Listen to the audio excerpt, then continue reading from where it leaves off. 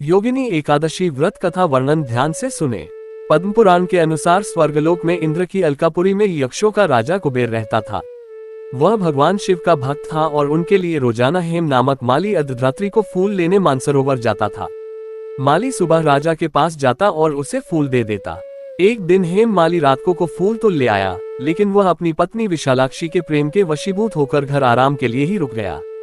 सुबह राजा कुबेर के पास भगवान शिव की पूजा करने के लिए फूल न पहुंचे तो राजा ने अपने सेवकों को गुस्सा कर पूछा कि आखिर अभी तक फूल क्यों नहीं आए, और अपने सैनिकों को आदेश दिया कि हेम मालिकों को सभा में बुलाया जाए।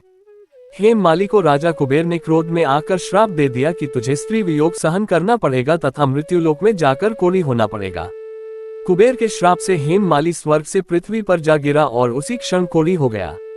भूख प्यास से दुखी होकर भटकते हुए एक दिन वह मार्कंडेय ऋषि के आश्रम में पहुंचा। दुखी होकर उसने उन्हें राजा कुबेर से मिले श्राप के बारे में उन्हें बताया।